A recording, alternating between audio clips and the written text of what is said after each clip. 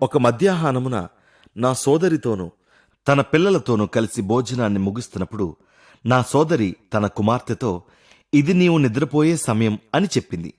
ఆమె ముఖము కలవరంతో నిండిపోయింది. మోనికా ఆంటీ ఈరోజు నన్ను ఇంకా ఎత్తుకోలేదు అని అభ్యంతరము చెప్పింది.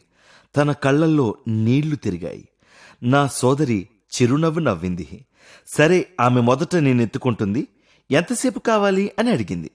5 నిమిషాలు జవాబిచ్చింది ఆ చిన్నారి.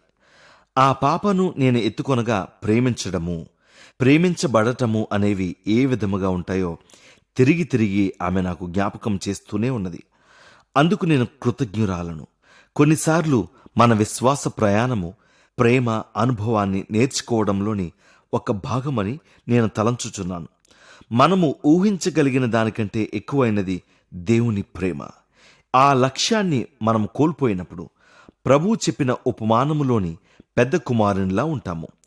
ప్రభువు మనకు అనుగ్రహించిన దానంతటిని గురించిన అవగాహనను కోల్పోయి దేవుని అంగీకారం కోసము తీవ్రంగా శ్రమించడానికి ప్రయత్నిస్తుంటాము. మనము చిన్న పిల్లలముగా మారడానికి 131వ కీర్తనలోని ప్రార్థన మనకు సహకరిస్తుంది.